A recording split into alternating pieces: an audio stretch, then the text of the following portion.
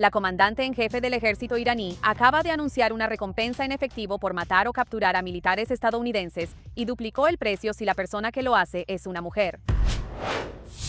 Bienvenidas de nuevo a Axis of Truth, yo soy Emily Schrader. Y el domingo, la general de división Amir Hatami, comandante en jefe del ejército de la República Islámica, anunció que cualquier iraní que capture o mate a un militar estadounidense recibirá $30,000 y si la persona que lo hace es una mujer, la recompensa se duplica a $60,000. Ahora, esto es especialmente absurdo cuando consideras el hecho de que los iraníes ni siquiera pueden permitirse comprar pan o carne. Sin embargo, esto se le está vendiendo al público como una especie de campaña patriótica de financiamiento colectivo para dispararle a un estadounidense. Literalmente, dime otra vez cómo es que esto no afecta a Estados Unidos. Este es el hombre que comanda todo el ejército de Irán, poniendo públicamente un precio a la vida de ciudadanos estadounidenses. Y no olvides con qué frecuencia el régimen amenaza con asesinar al presidente de Estados Unidos. Mientras tanto, el presidente Trump sigue molestándolos con sus comentarios sobre que Estados Unidos es dueño del estrecho de Hormuz, lo que provocó este pequeño arrebato del propio Hatami. Échale un vistazo. El criminal estadounidense dice que quiere que el estrecho de Hormuz sea parte de su territorio. Eso es declarar un crimen. Primero que nada, tú no tienes derecho a hacer eso. Al-Was Tabajifa Amida, que cometieron un gran error diciendo que estaban bromeando. Incluso su broma es demasiado atrevida. Ahora, él continuó diciendo que la República Islámica tiene guardianes que le romperán las piernas, pero toda esta palabrería bravucona no viene solo de Hatami. Toma como ejemplo al miembro del Parlamento Mojtaba Sarraq, quien publicó tanto en farsi como en árabe, llamando a los jordanos a tomar una base aérea estadounidense y capturar a los soldados americanos en el momento en que los misiles iraníes la golpeen. Otro miembro del Parlamento, Amir Hossein Saberi, dijo que los líderes de los países árabes que albergan bases estadounidenses también deberían ser objetivos de represalias junto con los funcionarios israelíes y estadounidenses. Incluso llamó idiotas a los funcionarios de su propio gobierno por disculparse con esos estados árabes después de que el régimen atacara repetidamente bases estadounidenses y otros sitios en su territorio. Pero ¿qué pasa con el tipo que supuestamente está liderando toda esta negociación, Ghalibaf? Seguramente él no está pidiendo violencia. Después de todo, es un negociador, ¿no? Bueno, no exactamente. Esta semana salió en la televisión estatal y dijo que el régimen logró una verdadera victoria. Mira esto. Quiero decir que hoy, en una guerra injusta encabezada por Estados Unidos y el régimen sionista, nuestro pueblo ha luchado valientemente con coraje, sinceridad, como verdaderos maestros de la guerra y como servidor, como hermano que conoce los detalles del trabajo, lo digo con todo mi ser. En esta guerra, tanto en el aspecto institucional como en el político, hemos logrado una verdadera victoria. En esa primera entrevista durante la guerra, Ramazán, en medio de la guerra lo mencioné, mi intención al hablar de esta guerra no era que estuviéramos enfrentando al ejército de Estados Unidos, ni al ejército del régimen sionista.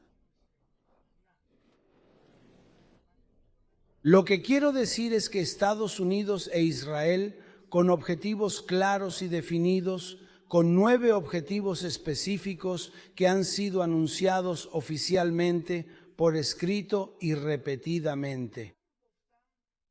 Mi pensamiento. Dijeron que nos atacaron sin motivo alguno, pero no lograron ninguno de esos 9 objetivos. Esta es la mayor derrota absoluta de Estados Unidos. No era su objetivo el régimen sionista. No suena realmente como alguien que quiera llegar a un acuerdo. Solo digo, tal vez alguien debería avisarle al presidente de Estados Unidos. Les recuerdo que este es el mismo tipo que la semana pasada estuvo en X burlándose de Trump, llamando a su diplomacia un teatro repetitivo y acusándolo de intimidación, promesas incumplidas y noticias falsas. Y luego, cuando Trump canceló un ataque planeado y empezó a hablar de un acuerdo sobre Hormuz en su lugar, Ghalibaf afirmó que fue gracias a que él se metió en la cabeza del presidente que Trump se echó para atrás. Mira esto. Ellos abrieron el estrecho de Hormuz. Lo harán también. Cuando vi a Irán, lo detuve y dije que no, que nosotros no tenemos ningún acuerdo. También cuando vi esto lo detuve y dije que no tenemos ningún acuerdo. Le dije a los mediadores, si este tuit no se elimina ahora mismo, atacaremos. No tenemos, le dije a los mediadores, si este tuit no se elimina ahora mismo, atacaremos. Tal como lo dije, por favor vengan aquí y miren lo que está escrito en el estrecho. 58 minutos después, Taraneh Baksheh. Memorándum de entendimiento. ¿No está Islam? Esta conversación, esta guerra. Esto es lo que significan las negociaciones, pelear. Bueno, esto es algo que también admitió inadvertidamente en sus comentarios recientes, que el pueblo iraní en realidad no sintió que ganó, lo cual tiene sentido, que el régimen no ha podido transmitir esta victoria adecuadamente en sus palabras a sus propios ciudadanos. Bueno, solo para que lo sepas, si tienes que transmitir una victoria a personas que han vivido esa victoria, entonces no fue una victoria. El pueblo iraní no está con este régimen, y Ghalibaf y todo el régimen no los representan. Pero mientras Ghalibaf estaba presumiendo en la televisión estatal, aquí tienen a quien más dedica su tiempo el régimen. Ejecutaron a un joven llamado Shahram la madrugada del domingo, acusándolo de delitos contra la seguridad y de atropellar deliberadamente a policías durante las protestas en Karaj el pasado 8 de enero. Así que mientras el ejército pone recompensas sobre estadounidenses y el presidente del parlamento, la negociadora está celebrando una supuesta victoria en la televisión, el Poder Judicial sigue ejecutando a iraníes por las protestas de hace 7 meses. ¿Victoria? Mientras tanto, la economía en la que supuestamente cantan victoria se está desmoronando bajo sus pies. La propia Administración de Alimentos y Medicamentos de Irán admitió que 2/3 de los medicamentos en el país han subido de precio 2 veces desde marzo, y el costo de importar medicamentos pasó de $3,000 por mar a $30,000 por aire. Esos mismos $30,000 que Hatami está ofreciendo para matar a un estadounidense, ese dinero podría haberse usado para traer medicinas para los iraníes enfermos en su lugar. Pero no, la prioridad con este régimen siempre es exportar terror y violencia. La situación económica en Irán es catastrófica. La gente no puede pagar ni el pan en un país rico. Asimismo, Irán tiene tan poco combustible en este momento que está importando gasolina premium y vendiéndola en su propia bolsa de energía a un precio más alto que el que cobraba en noviembre pasado, en un país que posee algunas de las mayores reservas de petróleo del planeta. ¿Otra victoria? Un régimen que no puede proveer gasolina, ni medicinas, ni siquiera comida para su propia gente. De alguna manera tiene el tiempo y el dinero para ponerle precio a la cabeza de soldados estadounidenses y tiene miembros del Parlamento dispuestos a pedir que los estadounidenses sean tomados como rehenes. Y como titular del Parlamento, está dispuesta a salir en la televisión estatal y proclamar la victoria sobre el país al que están amenazando, incluso mientras los iraníes sufren, y nada de eso cambia por sí solo. El bloqueo debe mantenerse, por doloroso que sea, y el régimen debe rendir cuentas sin acuerdos ni alivios financieros que le permitan seguir existiendo. Ahora, un fenómeno alarmante que solo está creciendo, y quiero empezar aclarando que esto ya no es un problema judío, es un adelanto de lo que le pasa a toda sociedad libre que permite este tipo de comportamiento. En las últimas semanas, hemos visto una ola de ataques físicos contra israelíes y judíos extenderse por todo el mundo. Primero, esto fue lo que pasó en Tailandia cuando había israelíes en un bar. Un grupo de turistas franceses de ascendencia norteafricana los escuchó hablar hebreo y comenzó a atacarlos de inmediato diciendo, «Ustedes son israelíes». Por supuesto, no era una pregunta. Los israelíes corrieron hacia la puerta trasera, la encontraron bloqueada y luego se encerraron en un baño del lugar. Sus atacantes rompieron la puerta de todos modos, e incluso los propios guardias de seguridad del bar se unieron y comenzaron a golpear violentamente a los israelíes con bastones. Ahora, los testigos dicen que la multitud gritaba, «Itibá al-Yahud, masacren a los judíos», y por supuesto, «Palestina libre» mientras lo hacían. Uno de los jóvenes tuvo fracturas en las costillas, la mandíbula, los dientes y una vértebra de la espalda. Unas semanas después, en otra isla cercana de Tailandia, una madre de 62 años y su hija de 23 estaban de excursión cuando un hombre las atacó, mordió la oreja de la madre y la golpeó hasta que perdió el conocimiento. Su hija también fue golpeada cuando intentó protegerla. Ambas necesitaron cirugía. Hay numerosos incidentes similares, incluyendo uno la semana pasada en el que un zoológico en Tailandia le negó la entrada a una turista israelí y a un niño, y luego le dio un cabezazo violento a los israelíes. Mira esto. Okay, bye bye. Oye, está bien, nos vamos. Está bien. Nos vamos porque estamos bien, ¿de acuerdo? En serio, ¿cómo te llamas? No te hemos hecho nada. Aléjate de mi lugar. Oye. Está bien, en Necesita tu serio, forma ¿cómo te personal. llamas? Está bien. Nos vamos. Pero oye, está bien, nos vamos. Ay, Dios. Me pregunto cuáles son sus opiniones. Bueno, pasando a Belfast, esto acaba de pasar este fin de semana. Jonathan Ravé y Dava Bass, nuestras periodistas en E24 News, están filmando un documental sobre el creciente antisemitismo en Europa, entrevistando a personas en la calle cerca de una zona de bares en Irlanda. Un hombre local se dio cuenta de que eran de una cadena israelí, gritó "¡Que se joda Israel!" y luego intentó arrancarles la cámara de las manos. Cuando eso no funcionó, le lanzó una jarra de cerveza de vidrio a la cabeza de Abbas, abriéndole una herida que realmente necesitó atención médica. Vamos a verlo. Aloha, oye, está bien, borra esa foto ahora. Está bien, ¿qué pasa? ¿Qué pasa? No lo toques. ¿Cuál es el problema? Deja de grabarme. Por favor, señor. Policía, por favor. What's the problem? touch me. Don't touch him. What's the problem? Stop recording me. Please, Bishop. Police, please. ¿Para qué me llamas? Bueno. El coche. No lo toques. What are you recording me for? We're going to the police. We're going to the police. You want to go to the police? We're going to the police, yes. You want to go to the police? Yes. No. No me toques. Hey. You want to record me? What are you recording me Hey, for, you security. pervert? Oye, no me toques. Oye, ¿quieres grabarme? ¿Qué estás grabando? Oye, seguridad, por favor. ¿Qué? Policía, por favor. ¿Por qué me llamas? Bueno, seguro. Deja de grabar, famoso. Todo está bien. ¿Te golpeó con una botella o te tiró al suelo? ¿Atacando al tipo?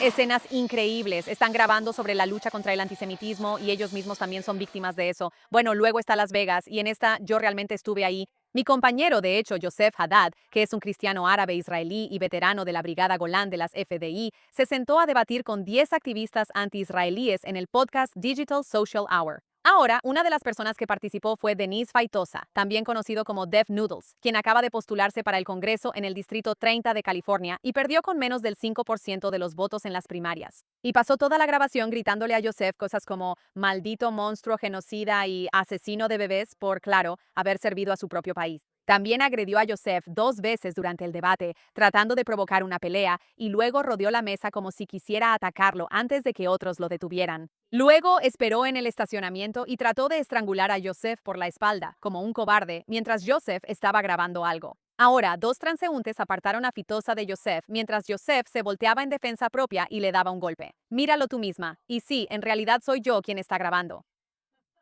Como dije, yo estaba ahí.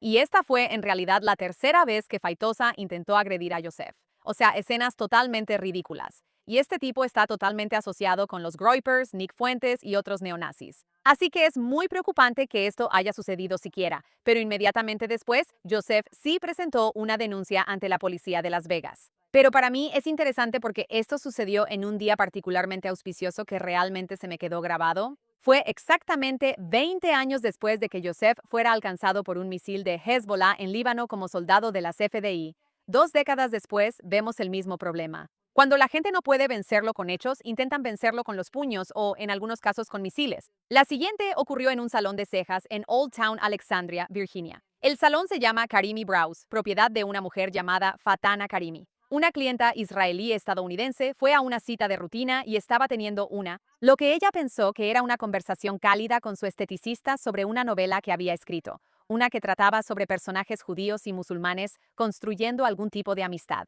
Ahora, en el momento en que Karimi se enteró de que la clienta era israelí, la echó, acusándola falsamente de hablar de política cuando era obvio cuál era el verdadero problema. Lo peor de todo es que literalmente se quedó con el depósito de la mujer, negándose a devolverlo, luego la grabó sin su consentimiento y lo publicó ella misma, atacando a la clienta israelí, todo mientras insiste en que no quiere hablar de política. La ley de Virginia prohíbe específicamente la discriminación por origen nacional en cualquier lugar abierto al público, así que esto no es un área gris. Es un delito que literalmente se grabó cometiendo. Mira esto. Eso significa que firmaste una foto y un permiso, solo seguías diciendo Israel, Israel, mi política. No, para nada. Te pedí amablemente que no hablaras de política, no que enseñaras. Pensé que estábamos teniendo una gran conversación sobre Afganistán como una cultura que en realidad no está bien. Gracias. Y me encanta eso. Seguía diciendo, eso es maravilloso y me encanta lo que estás haciendo, todo, pero yo no Deberías devolverme mi depósito. depósito. No tenía idea de que lo Tú harías. cuando tus fans- Cuando dices cosas como, Israelí estadounidense y luego digo cosas como realmente no digo nada en el horror, pero tú estabas haciendo no el creo en espacio. Israel. Lo cual está totalmente bien, puedes defender lo que quieras, pero este es mi asunto, esto es mi rollo, pero deberías devolverme mi depósito y si no lo haces voy a tener que tomar acciones legales. Una ladrona total, y espero que la hagan responsable con todo el peso de la ley y que la saquen del negocio. Pero finalmente, al menos para esta discusión, Manhattan. Y esto sucedió el viernes por la noche en la sinagoga central a mitad del servicio de Shabbat. Un hombre de 46 años llamado Larry Montes forzó su entrada y empezó a gritar un insulto antisemita mientras avanzaba por el pasillo. Ahora, mientras el personal de seguridad lo sacaba, le dio un puñetazo en la cara a un feligrés de 63 años, luego escupió al guardia de seguridad y le dio un cabezazo. Una sargenta del NYPD que estaba trabajando en el lugar lo detuvo en el acto. Montes ahora está siendo acusado de 2 cargos de agresión como delito de odio y un cargo de daños a la propiedad como delito de odio. Echen un vistazo a las escenas.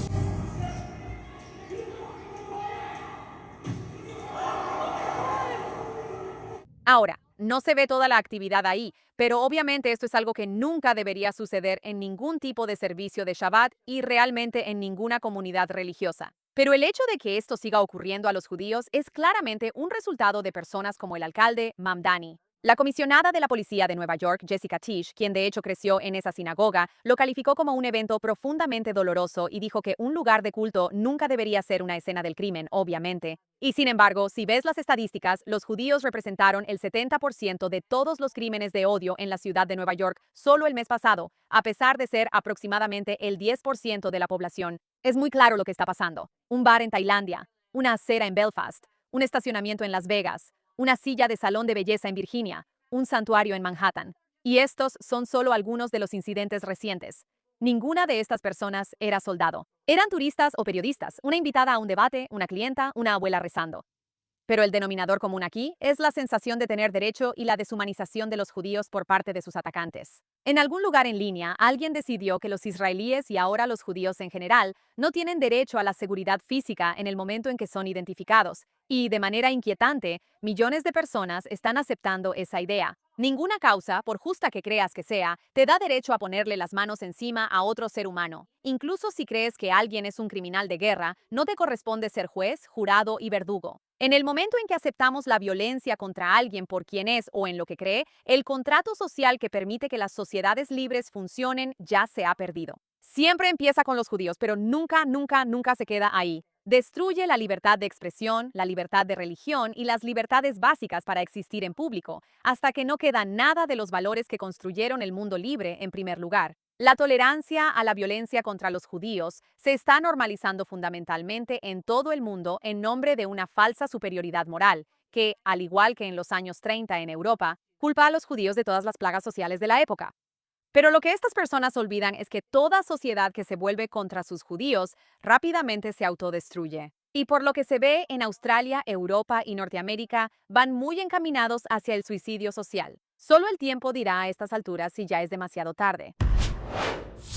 Y ahora, como siempre, tenemos las historias buenas, malas y feas de la semana. Quiero empezar con nuestra historia buena de esta semana. Hubo 2 muy buenas noticias desde Venezuela esta semana. Primero, las fuerzas de defensa de Israel hicieron lo que siempre hacen. 2 terremotos gemelos sacudieron Venezuela en junio y trágicamente mataron a más de 5,000 personas. Y en cuestión de días, Israel tenía una delegación en el lugar encabezada por la general de brigada Elad Edri. No hay embajada allí en Venezuela y no tenemos lazos diplomáticos desde 2009, pero no importa, porque cuando ocurre una tragedia, Israel siempre está ahí para ayudar. 30 personas del Comando del Frente Interno mapearon 1,300 edificios dañados y entregaron a Venezuela un Plan Nacional de Reconstrucción completo que terminó siendo aprobado en días en lugar de los meses que normalmente toma. Hicieron todo esto con el uniforme de la CFDI. Incluso fueron a la cena de Shabbat con la comunidad judía de Venezuela, que cuenta con 5,000 miembros mientras estaban allí. Ahora, Edri dijo que la gente allí tenía lágrimas en los ojos solo de ver los uniformes de la CFDI de cerca. Después de que el rabino principal de Venezuela, Isaac Cohen, llevó personalmente una carta a Rodríguez pidiendo que regresaran estos lazos diplomáticos entre Israel y Venezuela. Y un día después ya estaba hecho. Israel y Venezuela restablecieron relaciones consulares por primera vez desde 2009, un canal de coordinación entre los países. con ambos gobiernos destacando a la comunidad judía de Venezuela como un importante puente histórico de amistad entre ellos. 17 años de nada, y lo que lo trajo de vuelta fue que el equipo de búsqueda y rescate de la CFDI llegó para ayudar. Ahora, lo único que falta en Venezuela es María Corina Machado. Y ahora, la mala noticia. El presidente Trump ha ordenado al Pentágono reducir los ejercicios militares conjuntos de Estados Unidos con Corea del Sur, aparentemente para castigar a Seúl por negarse a ayudar a Estados Unidos a desnuclearizar Irán. Bueno, esa es una mala decisión por parte de Corea del Sur. También es una respuesta equivocada del presidente Trump. De hecho, Trump mencionó su muy buena relación con el dictador norcoreano Kim Jong-un. ¿En serio? Entonces, un aliado democrático se niega a unirse a una política estadounidense en Medio Oriente y Washington responde debilitando la preparación militar contra una dictadura armada con armas nucleares y encubriendo sus crímenes contra la humanidad. Y eso sin contar que ahora está politizando los ejercicios militares con aliados. Como recordatorio, Corea del Norte acaba de reanudar las pruebas de misiles balísticos. Sus soldados ahora han adquirido experiencia en combate luchando para Rusia en Ucrania, y Kim sigue ampliando su arsenal nuclear mientras amenaza a Corea del Sur, Japón y Estados Unidos. Entonces, ¿por qué apoyar a Corea del Sur es de interés para Estados Unidos? Bueno, primero, la alianza disuade una guerra nuclear. Las tropas estadounidenses y los ejercicios conjuntos como el que está ocurriendo, que Trump quiere cancelar, hacen que personas como Kim lo piensen 2 veces antes de atacar a Corea del Sur o atacar a las fuerzas y aliados estadounidenses en toda la región. En segundo lugar, Corea del Sur es un socio democrático, económico y tecnológico muy importante. Es fundamental para las cadenas de suministro estadounidenses de semiconductores, baterías, construcción naval y manufactura avanzada. Su seguridad afecta directamente a la economía estadounidense. En tercer lugar, la credibilidad de Estados Unidos está en juego. Japón, Taiwán y todos los demás aliados de Estados Unidos observan cómo Washington trata a Corea del Sur. Si Estados Unidos convierte sus compromisos de defensa en fichas de negociación, China, Rusia y el régimen islámico lo notarán. Estas declaraciones ponen en peligro a los aliados de Estados Unidos y benefician a sus enemigos. Corea del Norte no es simplemente un gobierno autoritario cualquiera con el que Estados Unidos no está de acuerdo. Es uno de los estados totalitarios más brutales de la historia moderna. Este es el régimen al que Washington está premiando mientras castiga a un aliado democrático. Corea del Norte opera campos de prisioneros políticos donde el régimen comete asesinatos, tortura, violaciones, esclavitud, hambruna deliberada, abortos forzados e infanticidio. Practica el castigo colectivo multigeneracional, lo que significa que las personas pueden ser encarceladas o perseguidas por una supuesta delito político de un padre o un familiar. Los niños pueden heredar el castigo del Estado por crímenes que nunca cometieron. También ha aislado deliberadamente y matado de hambre a su propia población mientras gasta sus recursos en armas nucleares, misiles balísticos y un estilo de vida lujoso para la dinastía Kim. Incontables norcoreanos han sido ejecutados o enviados a campos de trabajo por consumir medios extranjeros o intentar escapar.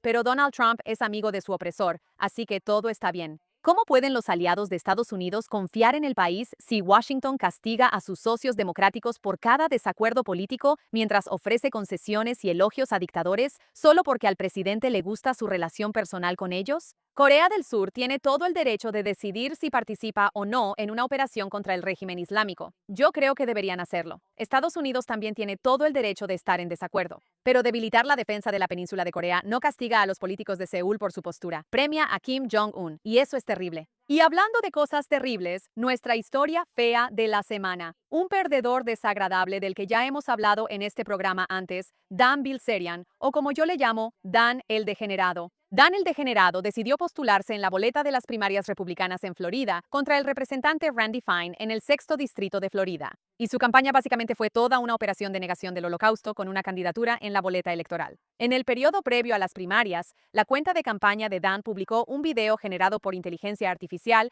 llamando a Fine, quien es judío, un judío gordo y el pequeño esbirro espeluznante de Satán. También preguntando a los espectadores si deberían reconsiderar las opiniones de ese pintor austriaco, sí, Hitler. En el video le puso cuernos demoníacos a Fine y dijo, necesitamos solo a Estados Unidos y nunca a Israel. Un análisis también mostró que el 33% de todas las publicaciones de Bilzerian sobre Fine eran antisemitas. Ahora, justo antes de ese video, alguien en realidad pintó con aerosol una esvástica en uno de los letreros de campaña de Fine y la respuesta de Bilzerian no fue condenarlo. Él publicó su propio video falso hecho con IA acusando a Fine de haber fingido el crimen de odio contra sí mismo. Incluso cuando TMZ le preguntó directamente a Bilzerian si Hitler era antisemita, él no quiso responder la pregunta. Y ahora es donde todo se vuelve aún más turbio. La abogada de Fine envió una carta de cese y desistimiento la semana pasada al comisionado del condado de Lake, Anthony Sabatini, que estaba detrás de una organización no registrada llamada Florida First Action Network, que invirtió cientos de miles de dólares en anuncios de televisión, correos y mensajes de texto, atacando a Fine sin presentar nunca un informe de divulgación ante la FES. Ahora, la abogada de Fine escribió que tienen todas las razones para creer que este dinero proviene del extranjero y dijo en una nota al pie que, porque la entidad es, en la práctica, una entidad fantasma, no han descartado que esté financiada por un gobierno extranjero hostil. Y Sabatini no es alguien ajeno a esto. También está en la nómina de la campaña de Bill Sarian. Le pagaron alrededor de $10,000 y la sede de la campaña de Bill Sarian está registrada en la propia oficina legal de Sabatini. ¡Qué conveniente! ¿Y de dónde viene el propio dinero de Bill Sarian? Bueno, le prestó $1 millón de su propio bolsillo a su campaña, pero su mayor activo declarado son 146 millones de acciones en una empresa que actualmente está bajo acusación federal, valoradas en $1 por acción que nadie ha tasado de forma independiente. Su propio padre enfrenta cargos federales por fraude, supuestamente por canalizar dinero a los negocios de Dan, mientras él mismo debe más de 180 millones en sentencias judiciales. Así que, entre sus propias finanzas y la organización fantasma que está pagando anuncios de ataque para él, buena suerte tratando de obtener una respuesta clara sobre quién realmente está financiando esta campaña. Pero la verdad es que el simple hecho de que esta contienda haya sido siquiera remotamente competitiva debería decirte algo sobre hacia dónde se ha desviado parte del Partido Republicano. Admiradores de los nazis como el degenerado Dan no deberían ser bienvenidos en ningún partido político. Desafortunadamente, así estamos esta semana. Esperemos que la próxima semana tengamos historias más positivas para compartir, pero mientras tanto, eso es todo por nuestro programa de esta semana. Si quieren mantenerse al tanto de todo lo que sucede con la República Islámica o con Israel, asegúrense de seguirme en X y en Instagram. Soy Emily Shader y esto fue Axis of Truth en JNS. Nos vemos la próxima semana.